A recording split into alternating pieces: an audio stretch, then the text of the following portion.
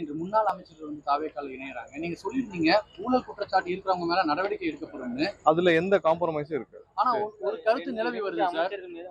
நடவடிக்கை எடுப்பீங்க? இல்ல யார் யார் மேல என்னென்ன வழக்குகள் இருக்கோ அந்த வழக்குகள் அதை என்னென்ன மாதிரியான சட்டப்பூர்வ நடவடிக்கை இருக்கோ அது தொடர்ந்து தான் இருக்கும். அதுல எந்த மாற்று கருத்தும் இருக்காது. அதுல எந்த மாற்று கருத்தும் மக்கள் விஜயபாஸ்கர் மீது வந்து அந்த குட்கா வழக்குல வந்து என்னென்ன பாருங்க, நாங்க சொல்லியாச்சு.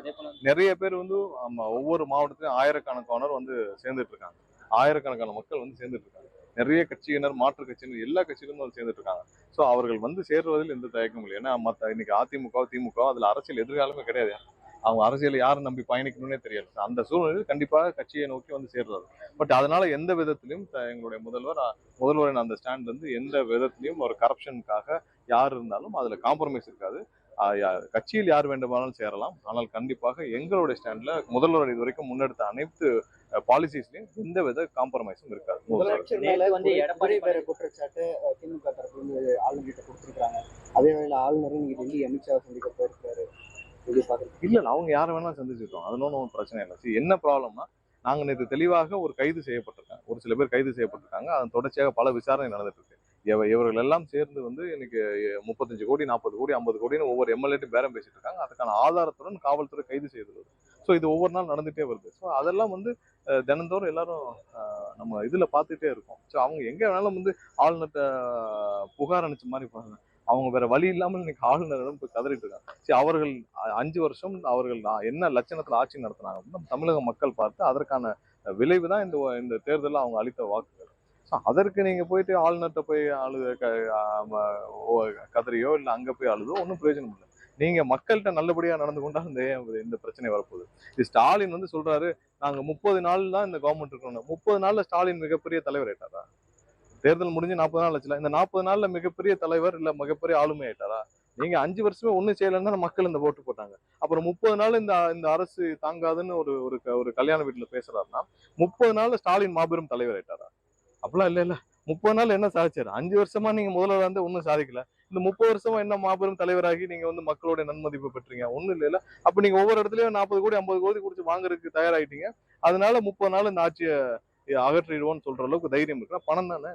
இந்த பணத்தை வச்சு தானே 40 கோடி 50 கோடி வச்சா நீங்க யார் வேணாலும் வாங்கிடலாமா? நீங்க அதன் விளைவு தான் நீங்க பாத்துட்டு இருக்கீங்க. நீங்க இந்த பணத்தை மட்டும் வச்சுக்கிட்டு ஒவ்வொரு ஓட்டுக்கும் 1000 ரூபாய் கொடுப்போம், 2000 ரூபாய் கொடுப்போம், ஒவ்வொரு இடத்துலயும் நாங்க கொடுத்து பர்ச்சேஸ் பண்ணுவோம், 40 கோடி 50 கொடுத்து எம்எல்ஏ வாங்குவோம். எந்த தைரியத்தில் அவர் சொன்னால் 30 நாள் தான் இந்த ஆட்சி இருக்கும்னு சொல்லிட்டு 120 எம்எல்ஏக்களுடன் வலுவாக கூட்டணி ஆதரவோடு நாங்க இருக்கிறோம். எந்த தைரியத்துல 30 நாள் ஆட்சி இருக்காதுன்னு சொன்னாரு ஸ்டாலின்? அப்ப வந்து 30 நாள் அவர் ஒண்ணும் பண்ணல, மாபெரும் தலைவர்லாம் ஆகல இல்ல மிகப்பெரிய அளவுல ஒரு மக்கள்கிட்ட நன்மதிப்பை பெற்று அப்படியே பயங்கரமா ஆட்டாரு? அதெல்லாம் ஒண்ணும் இல்ல. இந்த வெறும் பணத்தை வைத்துக்கொண்டு ஒரு சில செந்தில் பாலாஜி மாதிரி ஆட்களும் இல்ல ஒரு சில தொழிலதிபர்களை வைத்துக்கொண்டு இவர் வந்து இந்த வேலையை செய்து கொண்டிருக்காரு. கண்டிப்பாக மக்கள் தீர்ப்பு இன்னும் கடுமையாக இருக்கும். இவர்கள் செய்யற வேலையை மக்கள் பார்த்துட்டு இருக்காங்க. ஒவ்வொரு நாளும் இந்த அரசுக்கு எல்லா வழியிலும் இவர்கள் தொந்தரவு கொடுத்துட்டு இருக்காங்க. அதையெல்லாம் மீறி மக்களுக்கான நல்ல பணிகள் தொடர்ந்து செய்வோம். என்ன வேணாலும் செஞ்சுக்கிட்டோம். மக்கள் எங்களோடு இருக்காங்க. நாங்கள் எதற்கும் பயப்படவில்லை, யாருக்கும் தயங்கவில்லை. மக்களை தவிர வேற யாருக்கும் பயப்படாது இந்த அரசு. இல்ல அதை வந்து அதிமுக இருக்கிற கட்சி பேசக்கூடாது. ஏன்னா இன்னைக்கு புரட்சி தலைவராக இருக்கட்டும், இன்னைக்கு வந்து புரட்சி தலைவராக இருக்கட்டும், அவரை பார்த்து திமுக பேசிய வார்த்தைகள் புரட்சி தலைவரையும் புரட்சி தலைவையும் பார்த்து திமுக வந்து அந்த காலங்கள் வந்து 50 வருஷமாக என்ன பேசினார்களோ அதை இன்னைக்கு எடப்பாடி பேசுறாரு. எடப்பாடி அதை பேசுவதற்கு எந்த அருகதையும் கிடையாது. எடப்பாடி அதிமுக இவங்க 2 பேரும் அந்த கட்சிகளுக்கு நல்லது செய்ய வேண்டும் என்றால் முதல்ல திரு ஸ்டாலின் அவரோட கட்சியிலிருந்து விலகினாலே அந்த கட்சிக்கு ஓரளவு ஒரு ரிலாக்ஸேஷன் கிடைக்கும்.